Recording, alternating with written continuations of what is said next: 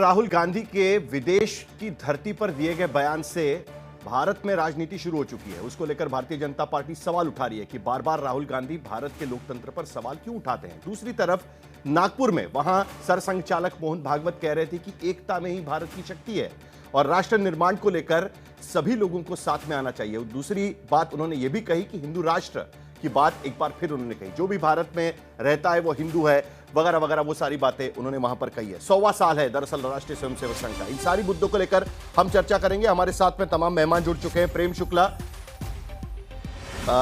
सबसे पहले लेकिन एक खबर देख लेते हैं उससे पहले कि राहुल गांधी के बयान पर बीजेपी का पलटवार है।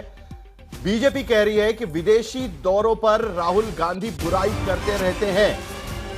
उसके साथ साथ उन्होंने यह भी कहा है कि अगर राहुल गांधी इसी तरीके से बयान देना चाहते हैं तो राहुल गांधी दरअसल विदेशी दौरों पर बुराई करते हैं, ये उन्होंने कहा है।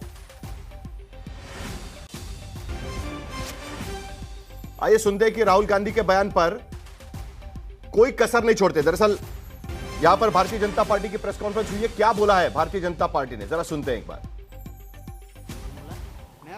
तो लोकतंत्र में तो आपको एक प्रकार से